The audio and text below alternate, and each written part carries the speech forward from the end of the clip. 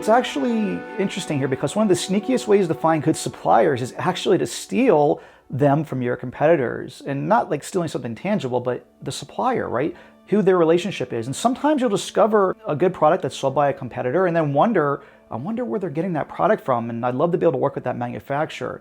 And you know it's coming from China because it says it right there on the product, made in China, but you can't figure out what supplier in China is making that product. You search Alibaba and you look through like all these trade show directories and you're just like not having any luck no matter what. You can't figure out where these guys are sourcing the product anywhere you look.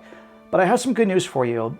In America, every bill of lading is actually public information thanks to this thing called the Freedom of Information Act. And the bill of lading is an official document that shows you every product that's imported into the United States of America. And the beauty of that, it shows the manufacturer, like who it's coming from.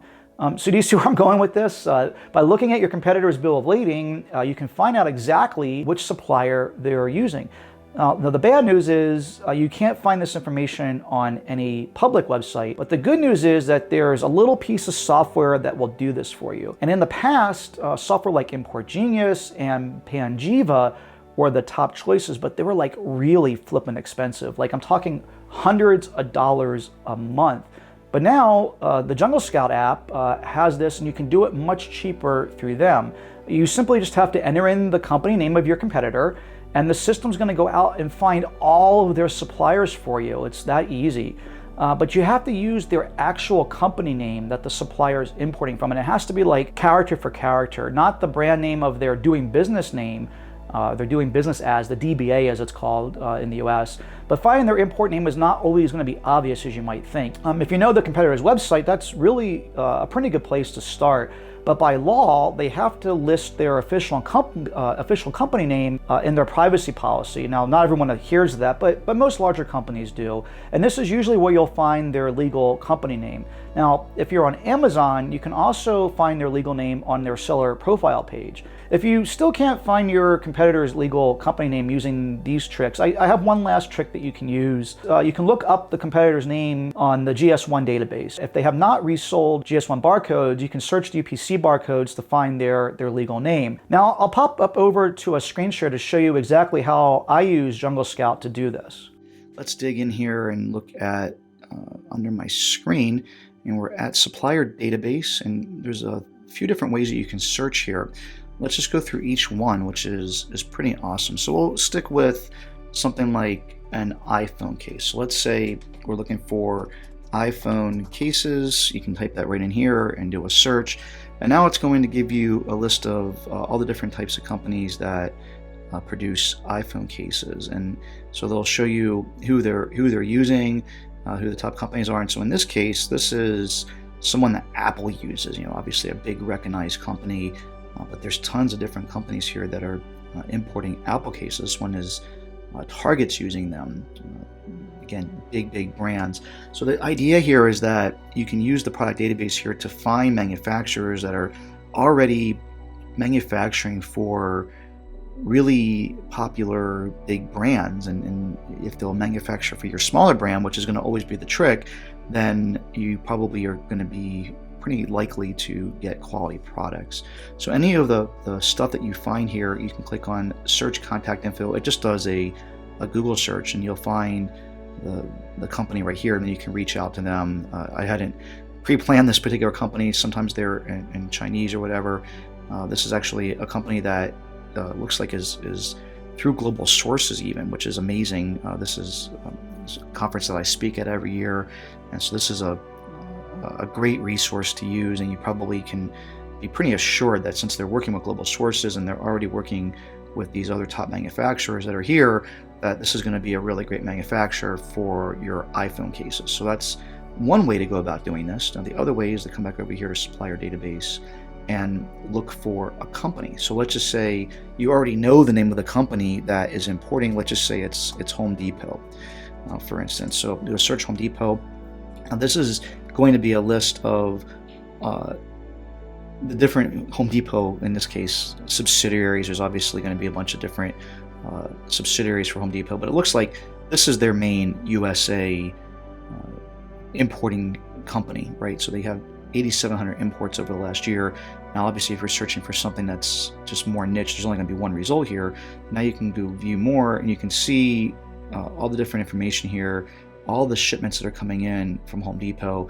These are the top ones here, but let's just say you want to go down and look at detail and look at exactly what they're bringing in. This is going to be fasteners, and sometimes they'll have no company name. That's unusual, but you can look here. So this is a steel padlock.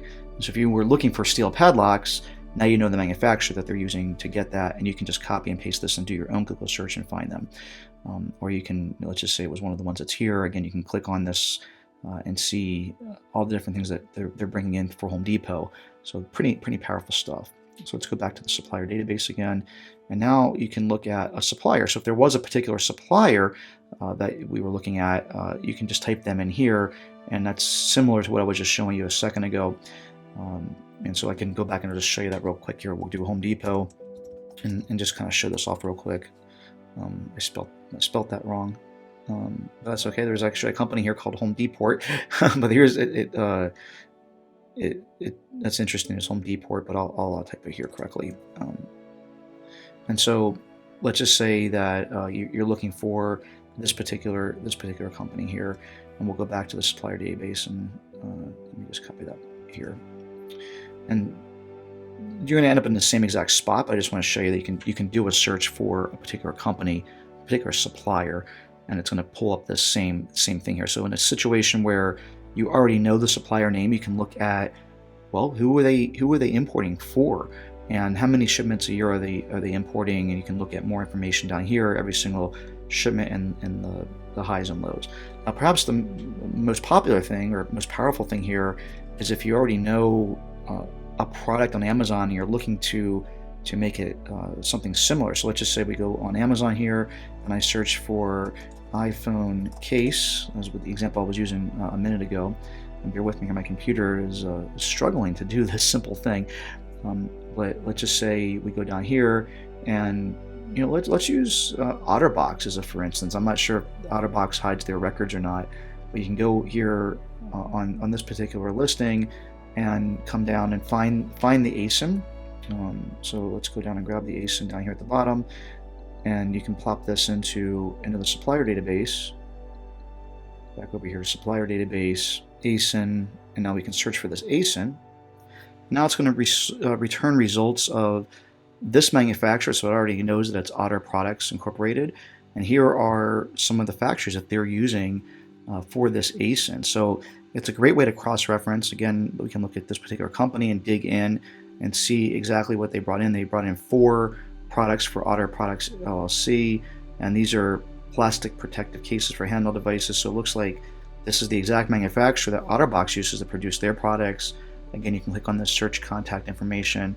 It's going to just search for the contact information for Kafeng Industries, and usually these first results are going to have what you're looking for. So that's a pretty good roundup of the supplier database for Jungle Scout. Hopefully you found this helpful. So these are a couple of small problems that you'll need to be aware of when searching import records. The first issue is that sometimes you won't be able to find the supplier's contact information.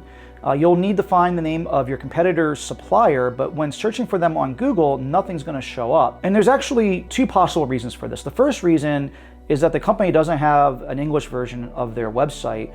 The import records will return a translated English name for the company, which you can't use to search for, but the company's official name will be in Chinese characters. So what do you do in a case like this? Instead of searching for the name, I Googled the company's phone number instead, which is a more foolproof way to search for it. And this will often turn up the Chinese version or the Chinese only version of the website, and then you can get my mother-in-law to translate it for you.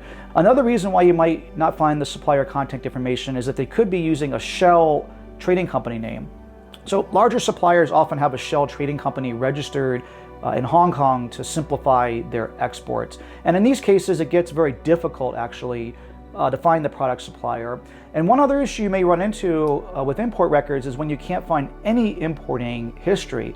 So what they could have done is request that their import history be private. So if you want to keep your import records confidential, you can email vessel manifest confidentiality at cbp.dhs.gov and then send them your company name and address, and CBP will not allow your import records to be viewable by the public, which is something I recommend that you do yourself. And one last reason you can't find any important records is that your competitor is using another company to import their products. And this is actually really common for larger companies. But in conclusion, import records does not guarantee that you're going to find your company's suppliers, but when it does work, you can start by making your own version of the product using an already established and experienced supplier, and it can be an ace in the hole for you. So hopefully that's been helpful. Hopefully I'll turn you into a little thief. And until the next episode, happy selling, and we'll talk to you soon.